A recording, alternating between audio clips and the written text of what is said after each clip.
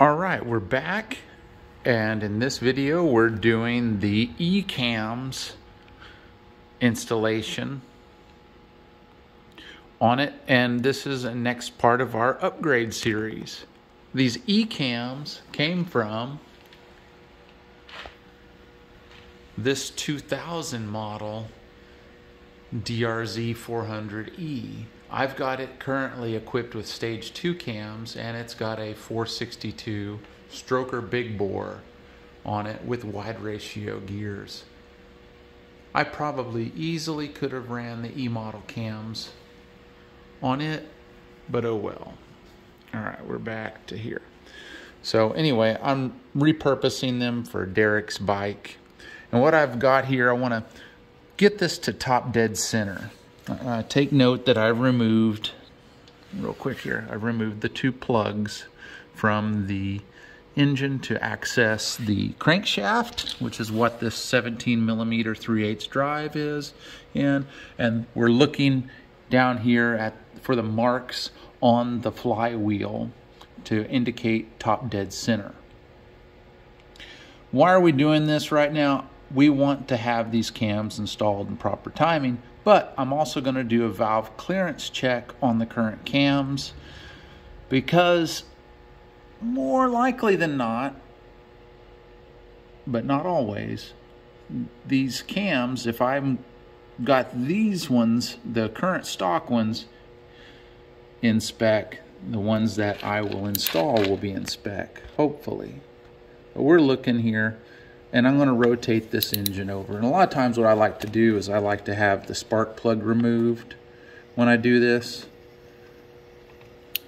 Oh, looky there. There we have it lined up. Our timing mark is lined up in the middle of the hole. And if you look here, here's our little pointer. And we're just, I'm going to do a little taboo here. Rolling it back just, oh. Look at me trying to be a perfectionist. Ended up backfiring on me. But this can, oh, let's go. There we go. And I'm going to take this out, and I'm going to reposition it. I'm just going to let it dangle right here. So the next thing I'm going to do here is I'm going to take this tank off, and I'm going to set it in the bucket upside down, just because I want it to be somewhere where I'm not bumping it around or messing with it. So I'm going to throw you on the tripod after I do that, and we're going to be looking at the engine from the other side. All right, over here on the tripod. And I think we're somewhat prepared here. Remember, we have the clutch side case cover still off of here, which I know somebody's gonna be upset about that. I'm sorry, I don't mean to upset you. But nonetheless, we've got a few things to do so we can remove this valve cover. And that's the next part of this process. So we're gonna jump right into it. We're going to take this hose off here, this breather hose, and sometimes it can be a little tough to get to. Let's see, I think I left my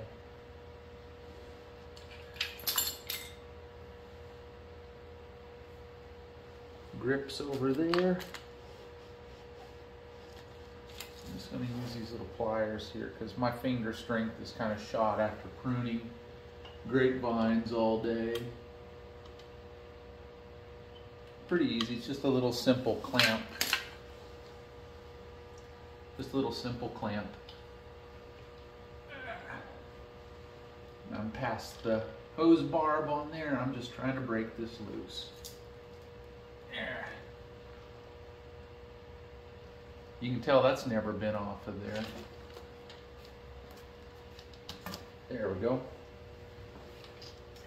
So I'm just going to hang that out of the way for the time being.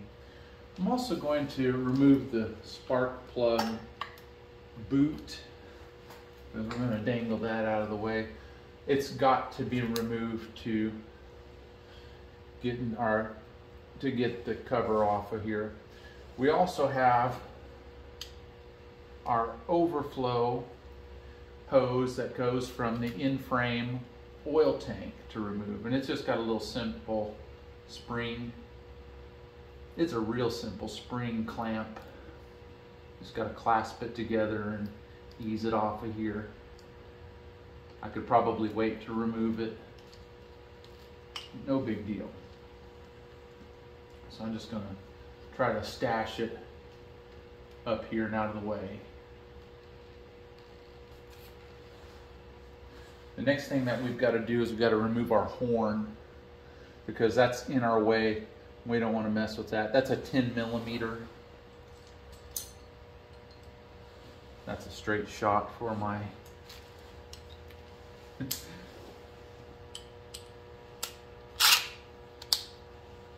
little impact driver.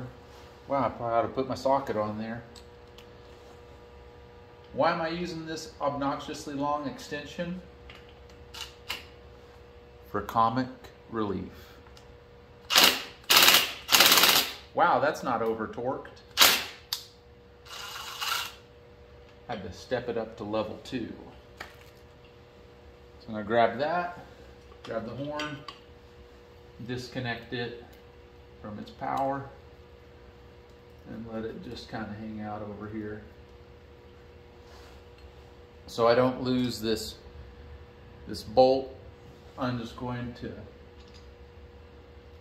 run it in about a couple of turns, and I'm going to set the horn over here in my magnetic tray. Okay, I'm going to try to bend this back a little bit just to try to further get it out of my way. It's not going to hurt anybody. Next thing I need to do, I need to get the correct size Allen key and start loosening one of the 3.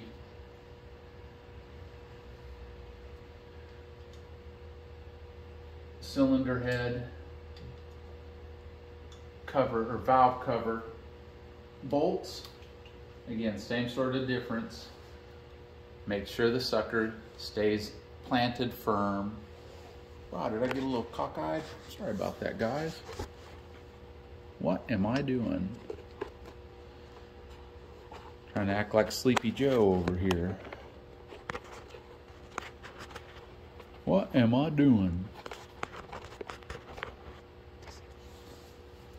How's that? It's a little crappy. Here, let's back you up a little bit. That's better. So I've broken this one loose.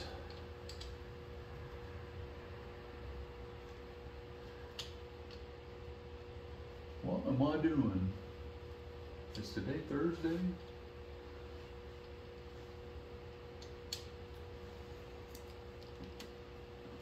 All right, so that one's broke loose.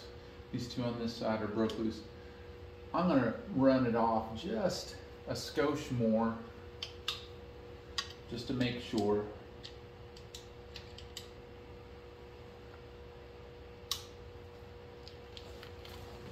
And then I'm gonna get the one on the back side, break it loose. This one on the back side comes out relatively easily. And I've got my Allen vertical.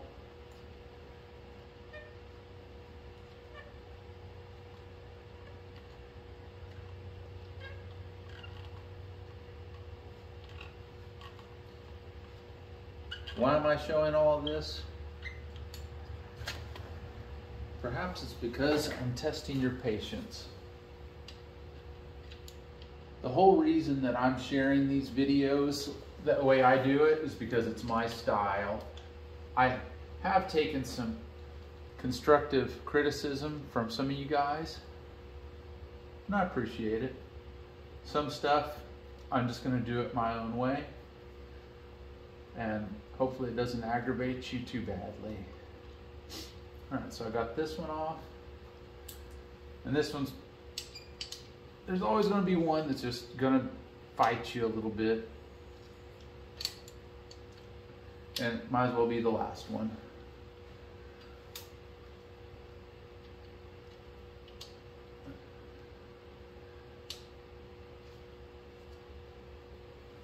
And I will note that it's quite a bit colder. It's quite a bit colder today than it was the last few videos. And I've been out in the cold all day today. It's making my dexterity suffer a little bit. And I apologize for that. All right, so now we have our 3 valve cover bolts removed. Now it's time for a little bit of art to how we're going to do this. And I just like to give it a few whacks from both sides to break loose our valve cover. And the main points we want to protect are these little cup points on our, that cover our little sweeps in the head. I should be able to remove this relatively easy. And just like that, we've got our valve cover off. And I'm going to set it over here with our cams.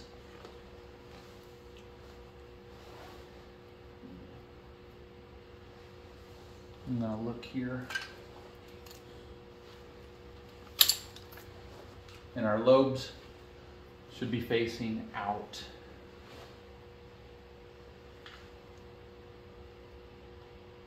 On both sides, which they are.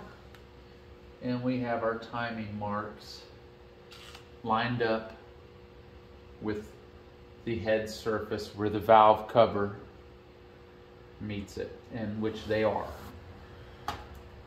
This side is our intake side. This side is our exhaust side. And which pocket did I put it in? Surely I put it in one of my pockets. Don't call me Shirley. I set it over here on the ground. Shame on me. Okay. Our intake side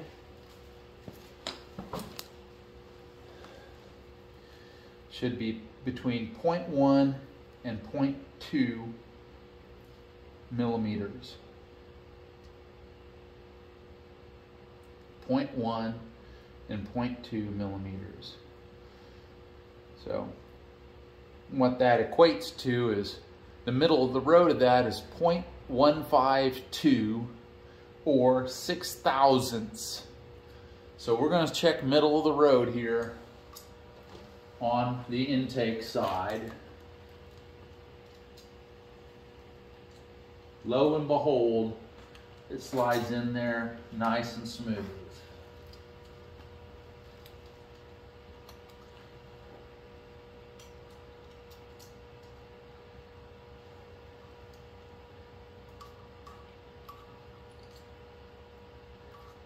I'm working on minimal light here.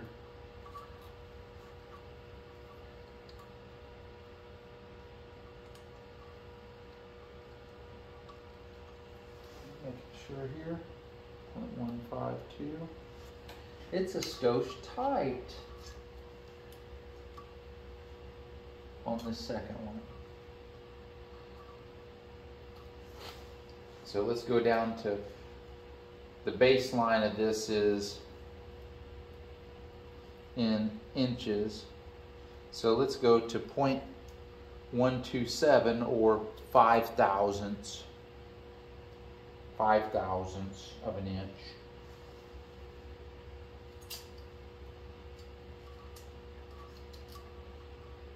And that slides in quite easily. So we're right in the middle of the road on this side, and after we shut the camera off, I'm going to write out I'm probably going to take a picture of it when I make my key, and I'll put it right here of what all these were on camera here. But for sake of being thorough on this process, we're 0.152 on the non-exhaust side, or on the stator side, and on the exhaust side we're 0.127. And on the, and I say on the exhaust side of the intake valve. Does that make sense? The side closest to me, this one, was 0.127. Good grief, must have been a long day. All right, the exhaust cam, good grief, I've completely confused anybody that would waste enough time of their day to watch my videos. The exhaust side should be 0.2 to 0.3 millimeters, which I'm going to start in the middle of the road, 0.254 or 10,000ths of an inch. Starting on stator side. And that's a skosh tight.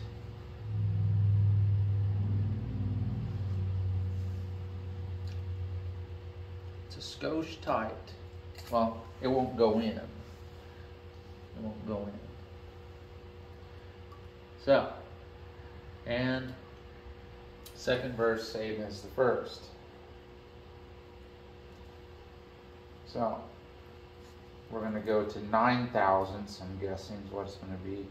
And that's going to be 0.22, 229, or 2. I've used this one a lot. It's 0.22 something.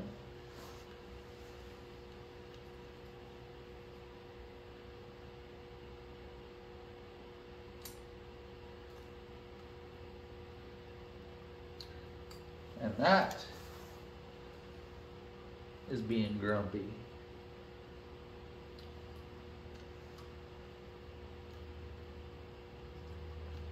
Wow, our exhaust valves are pretty tight. So, next size down would be 8,000ths, but I don't have one of those on here, which if I combine it, I'm just going to measure 0.178, which is 7,000ths. And that goes in with no drag. So it's probably 8,000ths, or the metric equivalent. About the same here.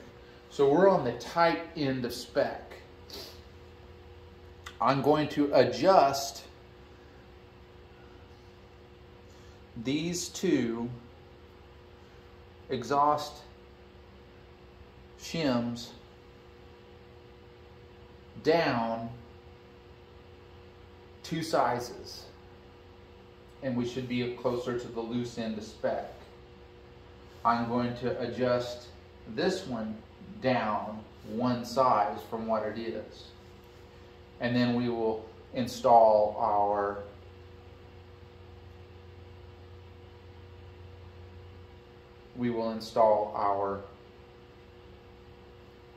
E-model cams in that process, because we got to remove this anyway. The next part of this process is going to involve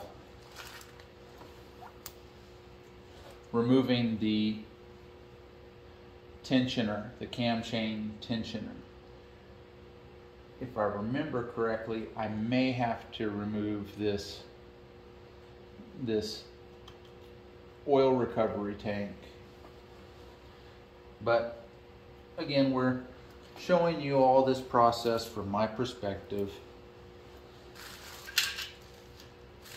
in full disclosure. I've got my 10mm over there on the other side, and I'm using my little pin magnet, which Whenever I leave some tools in some places, I always keep this thing handy so I can get to it. Is that a 12? Oh, I got that too. It's a 12 millimeter.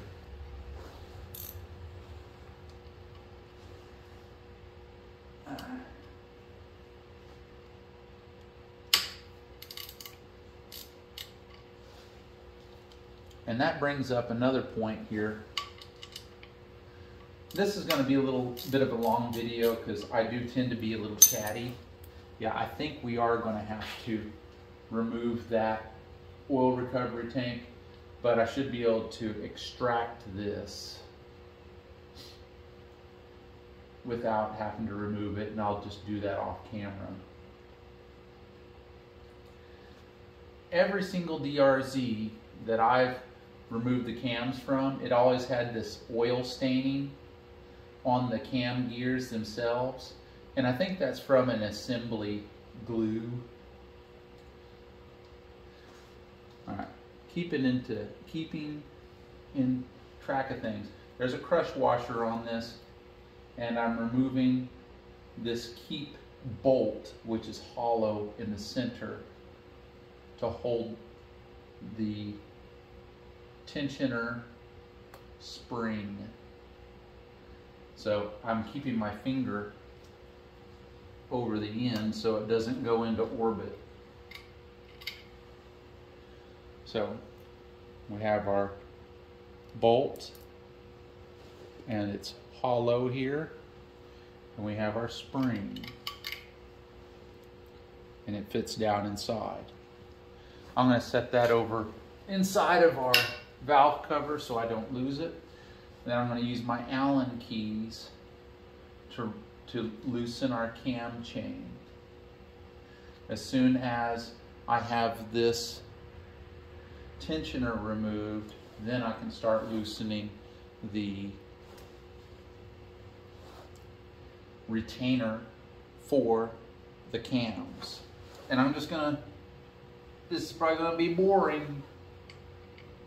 Okay, it's the next size down. But what you see is what you get. I am gonna have to cut it once I remove this. I'm gonna have to cut the video because I gotta get my shim kit out. And I'm also going to get my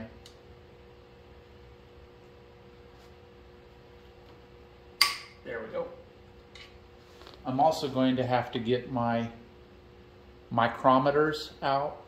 My calipers are not accurate enough to measure the thickness of the shims, just in case the lettering or the numbering on the shims is rubbed off, so I know what size I need to go off of to go down 2 sizes on our exhaust shims, as I stated, because I don't want to be over the loose end of spec, but I want to be towards the loose end of spec.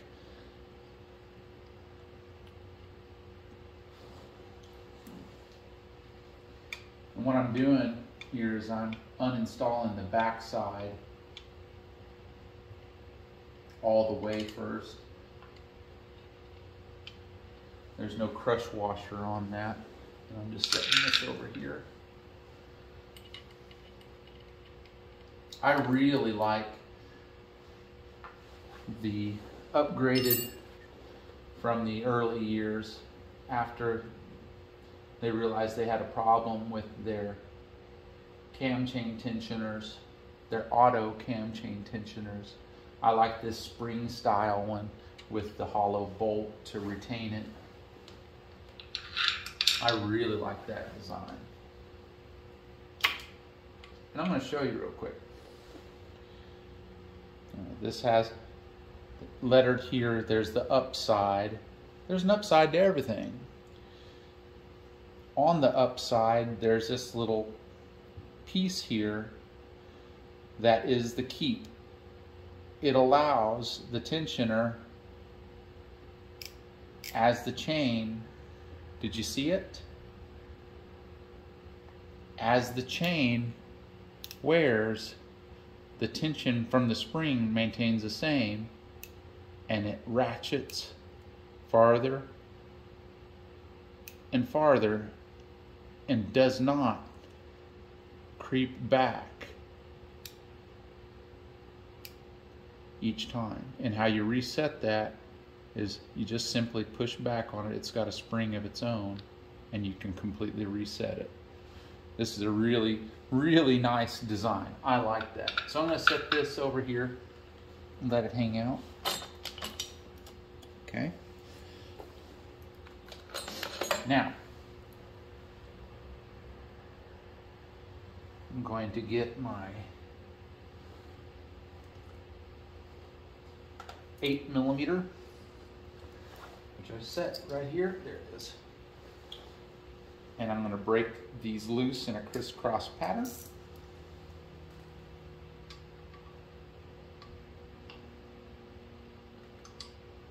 At least I thought they were 8mm. Oh, they're not an 8mm. They're Allens. That works too. They're the little Allens. Dewey, you're not working on a Yamaha.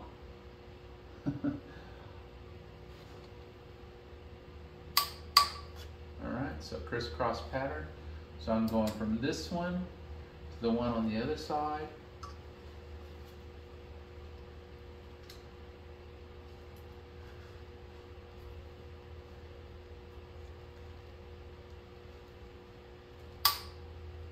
Oh boy. And then I'm going, so from this side to this side on the front edge.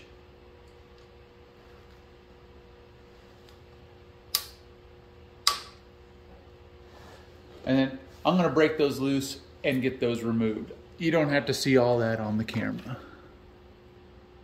I'll be right back. All right, I've removed the caps and I removed our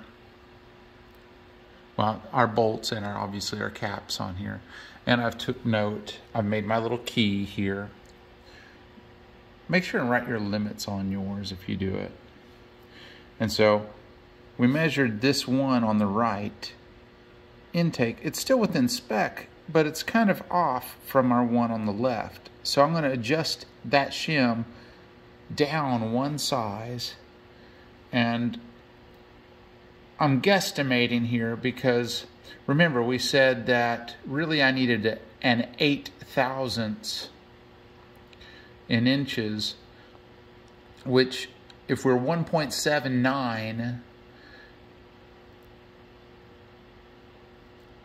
and that was fitting in fairly loosely, I'm guesstimating we're at the 0.19 millimeters, but we might be slightly within spec. So what I'm going to do is I'm going to measure whatever size the shim is under these two buckets, which we'll show you here in a second.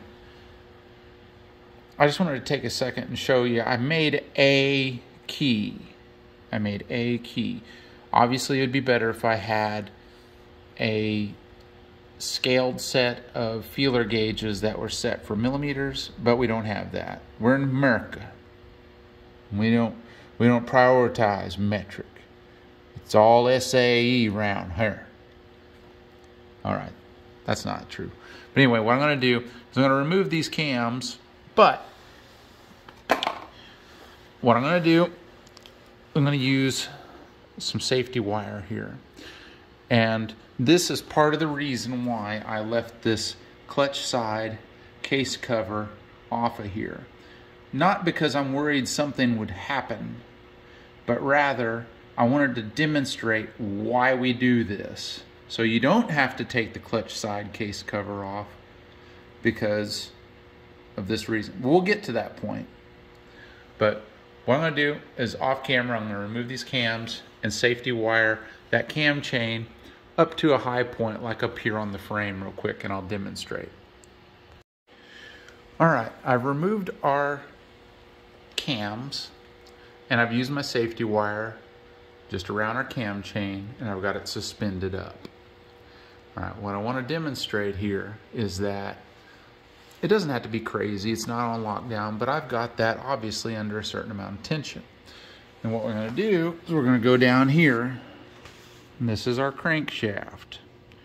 And our gears for our cam chain are on the crankshaft. And you can see there's a little bit of slack there, but if I can go under here, and it's got enough tension to where it's underneath there, and it's in place. We don't want this dropped completely slack. I don't know if we can show you that, but if I did leave it completely slack and for whatever reason I bumped or whatever our engine around, it would be in a real bind very quickly. So that's what I wanted to show here. And I wanted to show our buckets. So one at a time, what I'm going to do is I'm going to remove every single one of these except for this one over here. And I may repeat this process a time or two until I get it exactly where I want it. That's where our magnet comes in. I'm going to put you on the tripod so I can show you this, but I just wanted to make sure. This is why I left this off, for demonstrating purposes. If you screw up and let it get slack, like a lot of slack, then you can end up with a problem right here, and it's completely preventable. So get your tension on your cam chain and suspend it like me. So we're going to the next process. All right, got you on the tripod, and we're going to go to the next step here. Remember, I have my little magnet over here. Don't make myself a liar. There it is. There's a few different ones out there. Let's see. There's a few different ones out there, and what we're going to do, what I'm doing down here is I'm making sure I have my Sharpie and my pad here to write down my notes. So remember, we're going to take this bucket up from the side closest to me, and I'm putting that in the center. I'm going to see if that shows up or not. If it doesn't, there's the bucket and there's the shim. The shim sets out on top of the valve, and it makes firm contact with the center of the bucket, which when the lobe of the cam comes around, makes solid contact with that. As that valve wears from going pop, pop, pop, pop, pop on the cylinder head, there, it's progressively going. As it wears, it's getting closer and closer to the cam. And our adjustment is by going a smaller and smaller size of shim in thickness. Now, this bike has about, I'm going to guesstimate about 5,000 miles on it. And I'm reading, and the writing is still visible on here, and it's saying it's a 2.85. It's a 2.85. So I'm going to write that down. This is going to make sense here in just a second. It's a 2.85.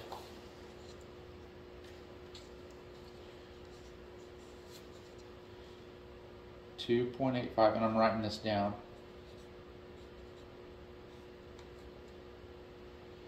Now, I'm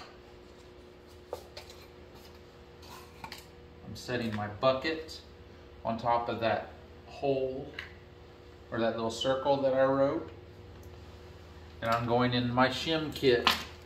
This one was the one I got from Rocky Mountain, and you can see it's got a lot of wear on it. I've replenished this kit over time. Let's see what we've got here. 2.85. So that means what I will install in there would be a 2.8. 2.8. And I'm going to put that into position here.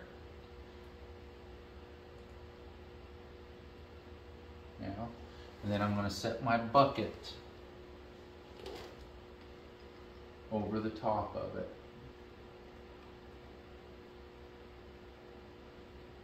And I'm going to move it into position. There it is. Then I'm going to take my 2.85 and put it in the 2.85 slot. Right there. See, right here. There's a 2.8, there's a 2.85. That should buy us the distance that we need. All right, I'm going to keep my, there's a lot going on here. I'm getting excited. I'm getting excited about this. And I'm going to write in here that I installed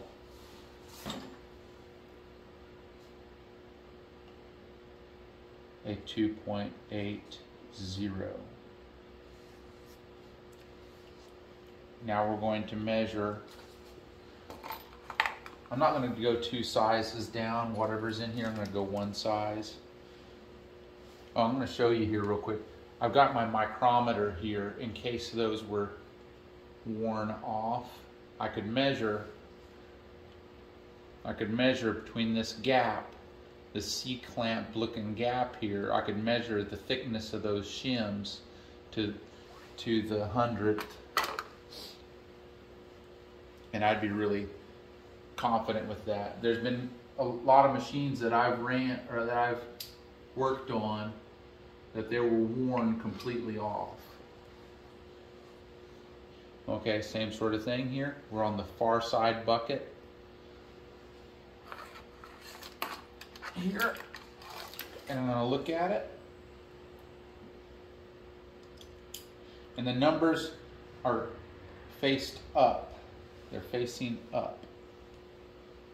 Let's see, I've got to get my writing utensil here in a second.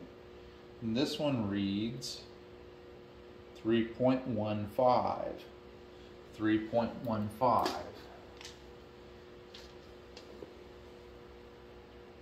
So this is a real thick shim. So I'm going to write 3.15, which means to go down a size, I'm going to go a 3.10. So all in one swoop here. And I'm probably out of frame here.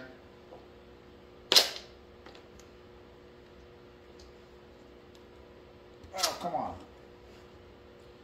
I'm going in our shim kit. 3.10s here. There's a 3.15. I'm just going to grab that 3.10. And I confirmed my eyesight isn't what it used to be. And I confirmed that that's a 3.10.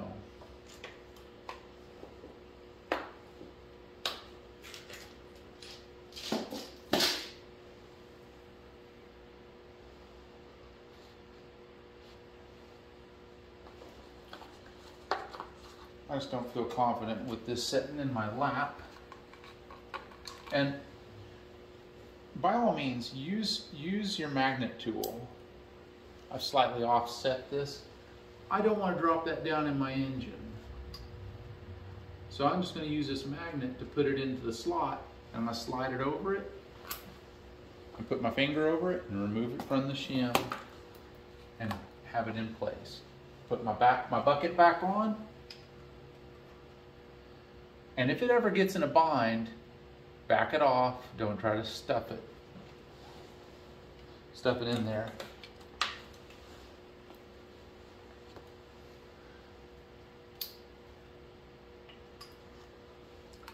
So I'm back to the one closest to us. I'm setting our bucket on our piece of cardboard. And I'm looking. This is also a 3.15. 3.15, we're going to go down to a 3.10. Got my kit. Let's see here. 3.15.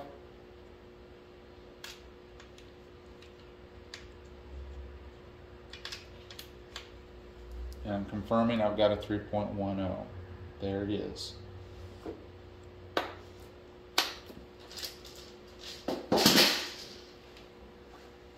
Same as last time. Again, I'm confirming that my numbers are up.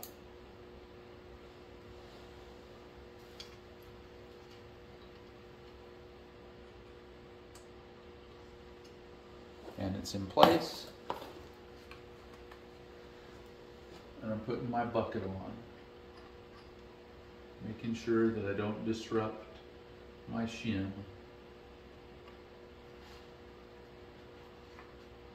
There, it's now in place.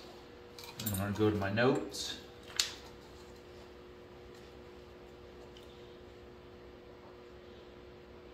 .15, and I installed a 3.10. Now is the moment that we're all waiting for. So I've got a little bit of stains on here. It proves that I've done something.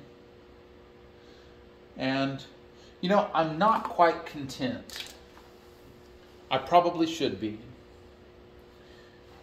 We have data for what size shim is in all three of these, but we don't know what size shim's in here. So what I want to do is I want to see what size of shim is in this far intake. Why do I want to know that? If I have this key, whether or not Derek has me or not, in the future, to do this for him, he will have this key, and if he measures his valve clearances and realize he's out of spec, he will know what size shim is in all the way around this. Is this too thorough? Maybe. But I'm hoping this engine gets ran enough to where these are rubbed clean off.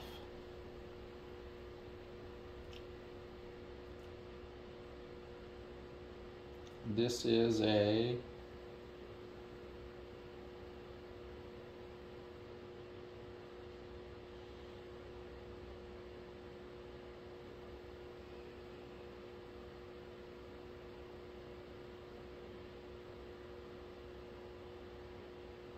.82, I think is what it's measuring on here, but they put this one in upside down. So the side that shouldn't be worn, the side that shouldn't be worn is the side that is blank. So I'm going to take my micrometer here. I'm going to run it out to 2. I'm moving it out to 3. I'm putting this in here. 2.848. So I'm going to call it 2.85. 2.85. Turn my micrometer off. So I'm going to write that down in the cheat sheet. I'm going to put the lettered side or the numbered side up.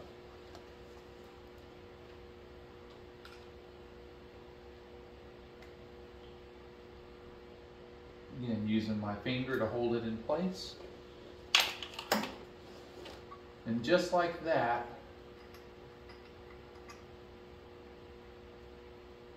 move this into position. And I know this is tedious. This is extra.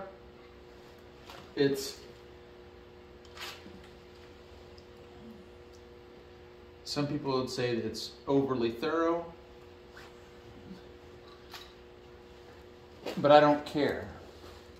So I'm writing this down, 2.85.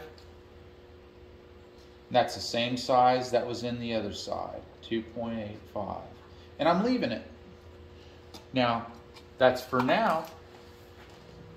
So what I'm going to do here, here's our intake cam. It's in great shape. And remember, this is labeled A, and some of you may know, hot cams, which is not what these are, have a special timing for the intake and exhaust cams. it would actually make, I think, this look slightly behind timing on the intake, but not on E-cams. You line them up just like normal. So what I'm going to do here, I recommend everybody have one of these. I'm going to go through here and lubricate this just a little bit extra before I go and install it. Oh yeah, that golden Rotella awesomeness. And I've left enough room here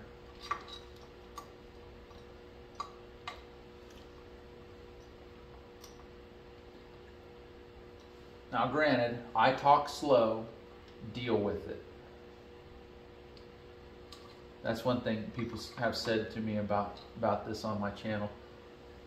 I put this at double speed and it was finally tolerable, or this or that. Get on with it, mate, or any of that stuff. I don't care, man. What are you, junkie? So, I've gone through and polished this up a little bit. It's nice and happy. I'm just double checking that our mechanism moves freely.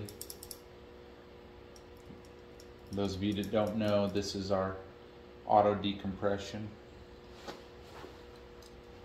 on our exhaust cam here. I'm just giving it a little douche. Can I do that in place? Yes. Am I going to? Yes. Does this make me feel better? Yes. Alright. I've got this somewhat in place. At this point, I'm going to remove our safety wire.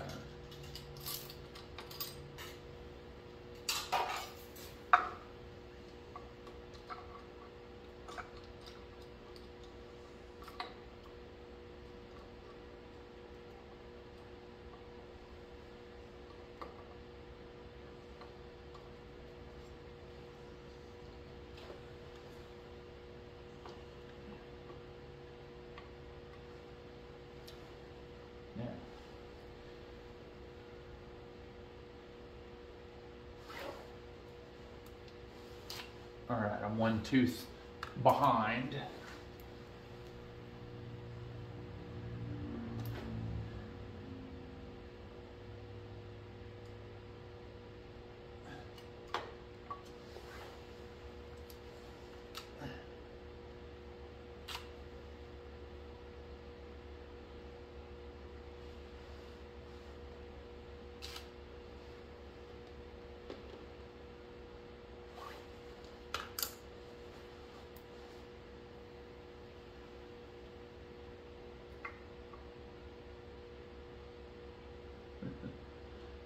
So I'm just moving this into position. It's going to take a second here.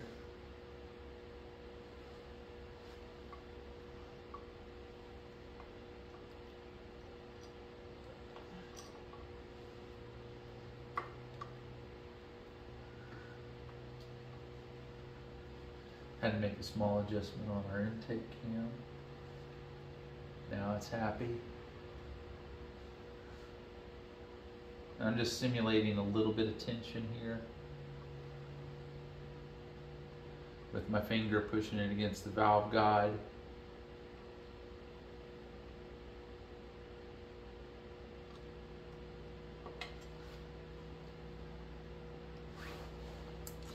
I'm using this. So timing mark, and we are dead nuts. So now we're going to go back, bear with me here, and make sure, again, I'm showing you, we're still in the gear. Well, I'm just feeling with my finger. This is loosely in position, and then I'm pushing through this cam chain tensioner hole. And we are at level. We're at 12 o'clock. And I'm going back over here.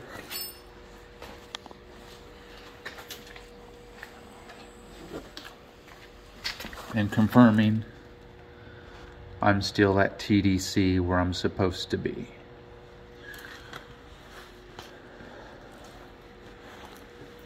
So what I'm going to do,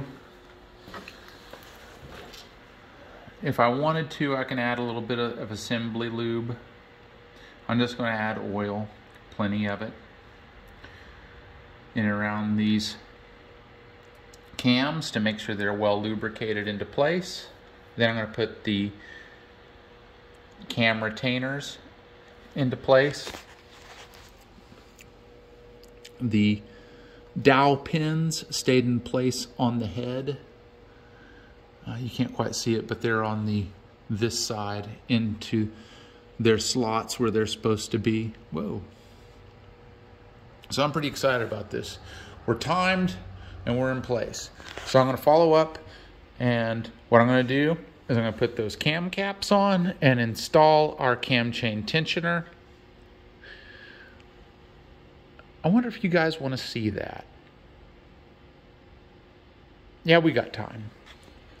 I'll show you the installation of the cam chain tensioner. All right, I promised that I would show you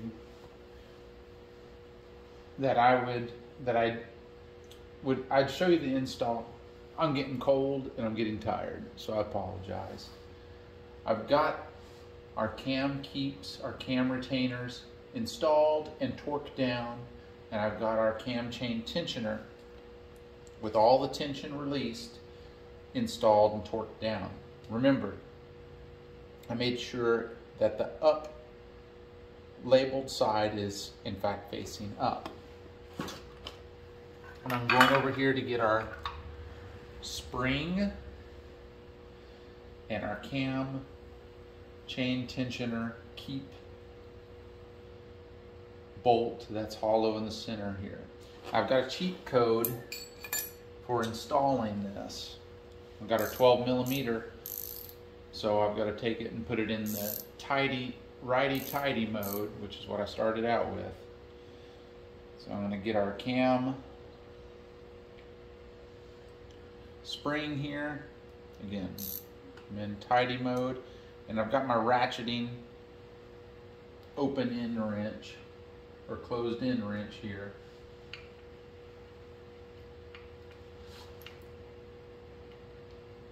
I may have to do this after the fact here.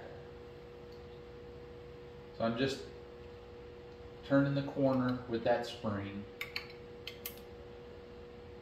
And I've already heard that ratchet over. Now I know it's hard to see here. I have our bolt here. I'm going to just put my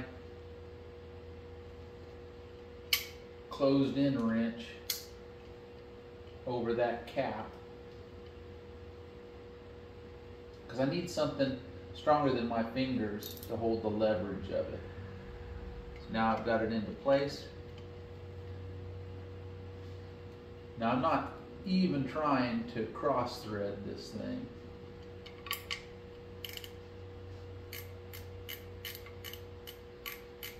But at the end of the day, tight is tight, right? So the threads are started on it and there's no resistance. And I'm holding my finger over the end of the bolt and I'm tightening it into place.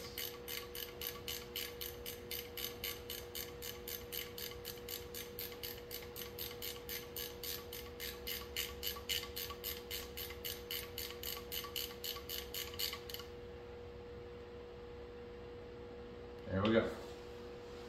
So now our cam chain has tension on it, and just because I'm super concerned about this, I'm putting a little bit of oil in and around our cams. And what I'm going to do real quick here, let's see.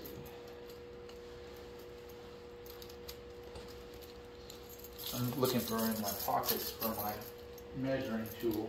I'm going to go back over here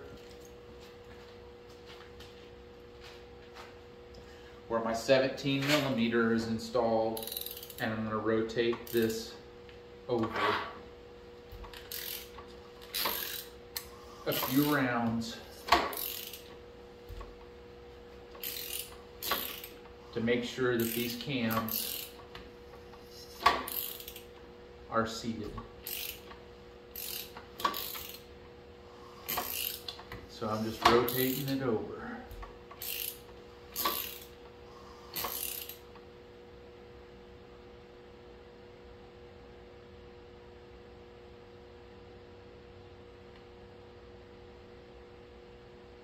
Moving it over to TDC.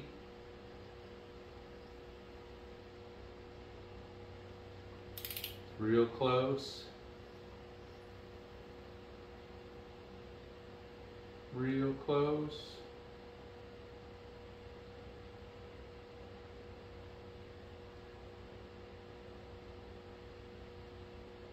There it is. Now, I'll go back over here and hopefully I can find my feeler gauges. In all the excitement, kind of move things around here. I get really excited about measuring valve lash. Let's see.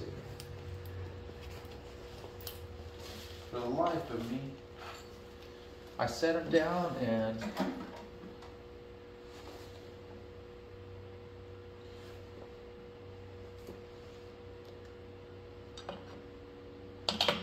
well, that's frustrating. I'm going to grab them, then I'll continue our video.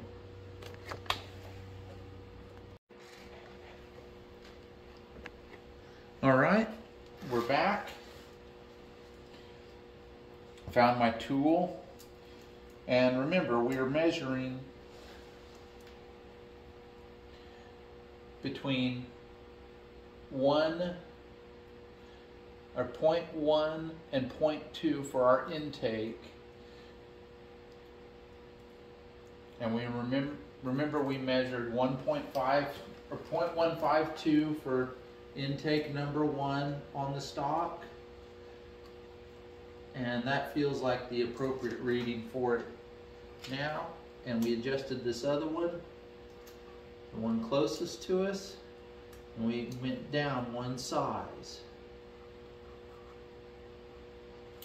And as expected, 0.152 is a little bit loose, so we're going to go down the next setting, which is 0.178, which I'm figuring this will be just a skosh tight.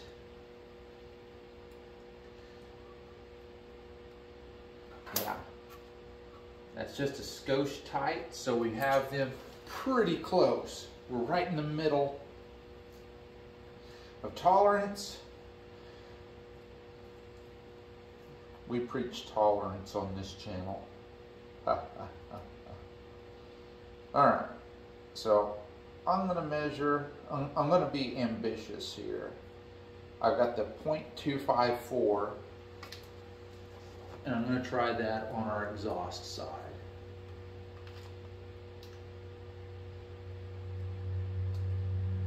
And that is a negative Ghost Rider. No. That is just a light, that's a little heavier drag than I'd like.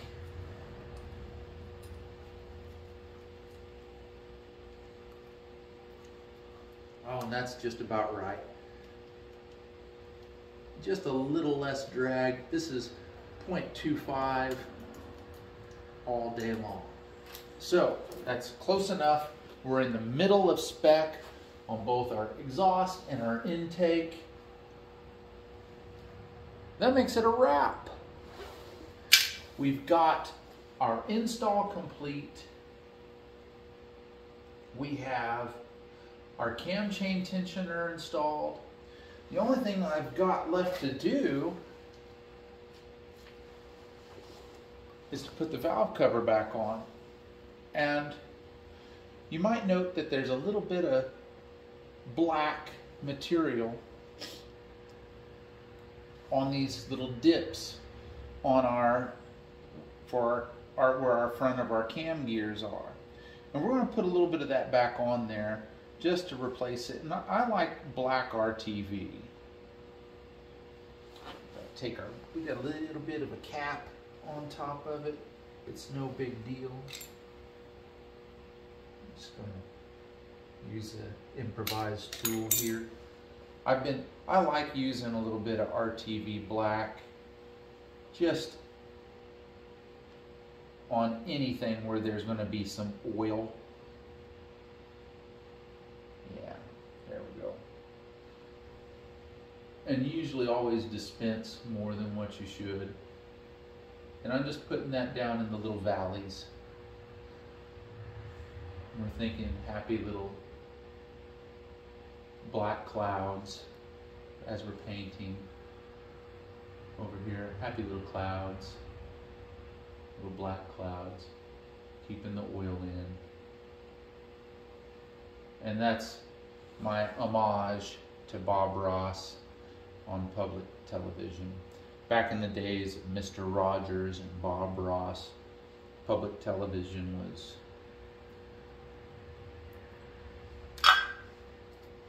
in its golden era. And now it's all pretty woke along with everything else.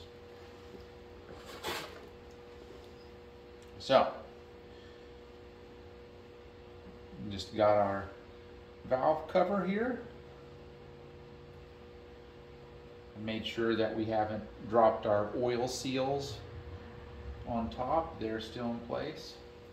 I'm just going to put it right there in its spot where it goes. Oh, and a little contact. There we go. Oh, yeah.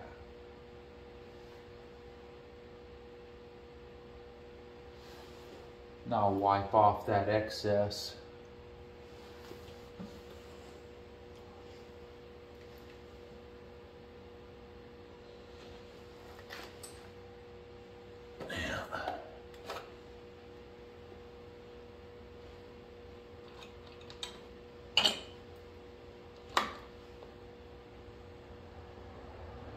I'm just grabbing our valve cover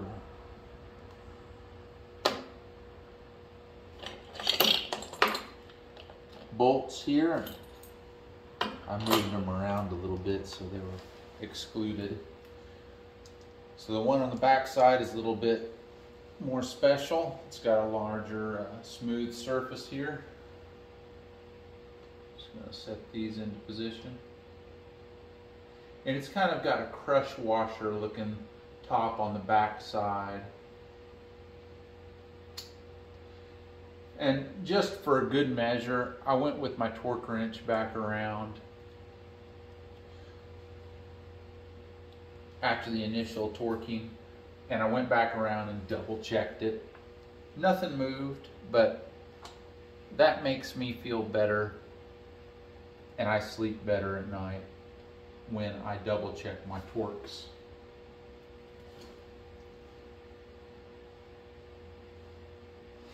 You don't want to have a bad experience because you didn't torque things down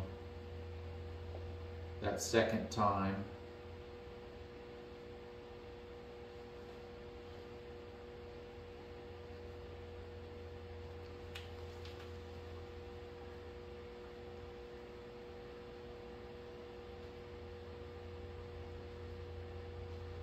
So I'm not tightening this down, I'm just reaching the point where it's starting to make contact. Then I'm running these down by hand on the front side.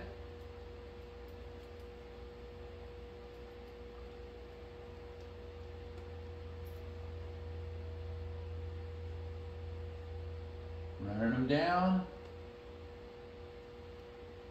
And I want to tell you, even though I have my heater going right now, and I know you can hear it because it's making noise, it doesn't put out near enough heat to keep me warm in here when it's 18 degrees Fahrenheit out, 19, something like that.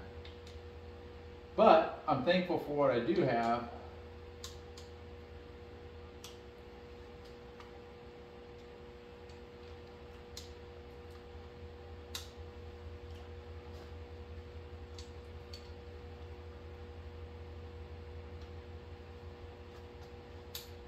Now I am going to be evaluating this probably this weekend, and I'm going to read our plug and possibly doing some adjustments to my jetting.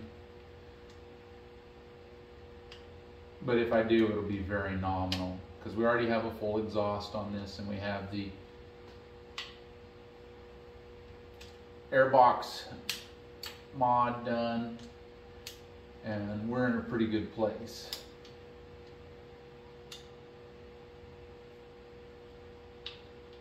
But I mean, the DRZ head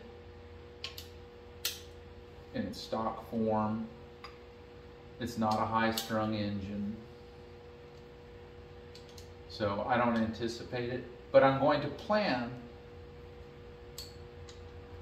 for there being an adjustment, but we're going to at least look at it. Would you look at it? Just look at it. But we'll throw a fresh Sparky in there. So really, all I've got to do, and I'm not doing it tonight because I've had enough, is we just got to put Humpty Dumpty back together again. So I don't forget it. Put our spark plug back into its position. That's in place. We got our overflow for coming from our in-frame oil tank overflow. Putting that in place on the hose barb on that side. Got to pull the little spring on it. Just got to encourage it to go into place.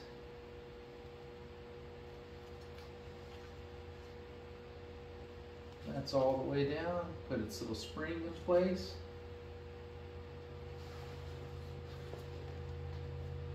Let's see. We got our breather hose. Put it into place.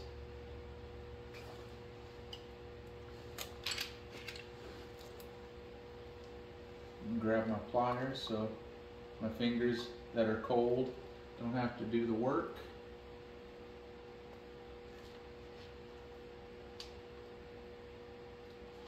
And just like that, get everything put back together that we're supposed to. Now, whoop. Glad you guys caught it. We got to put the horn back on.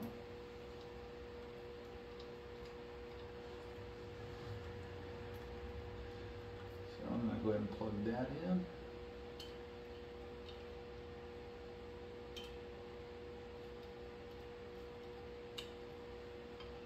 And it's got a little slot that it sets in.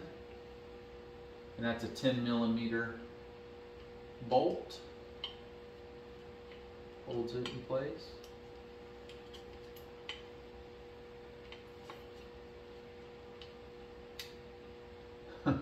My dexterity is all but gone at this point, guys. So anyway, this should be, what this should do is it should give us a nice hit at the bottom.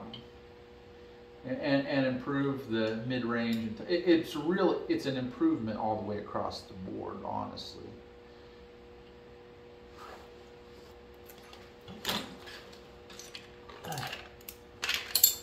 But this is where I'm going to leave it tonight.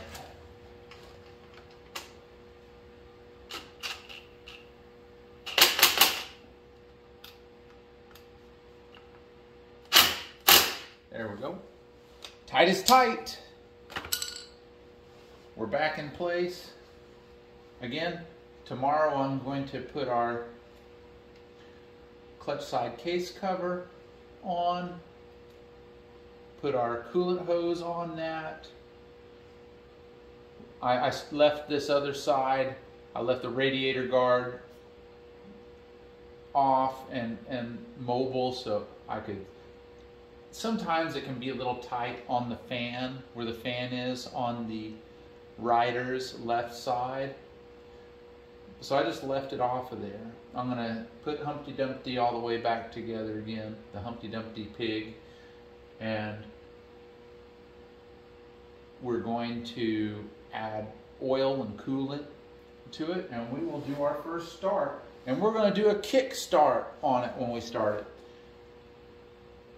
I think I will do that as a short on my channel, just to kind of celebrate it. So thanks for watching, and I'm gonna go inside and where it's warm and take my shoes off. Thanks for watching. Make sure and comment, like, subscribe, blah, blah, blah.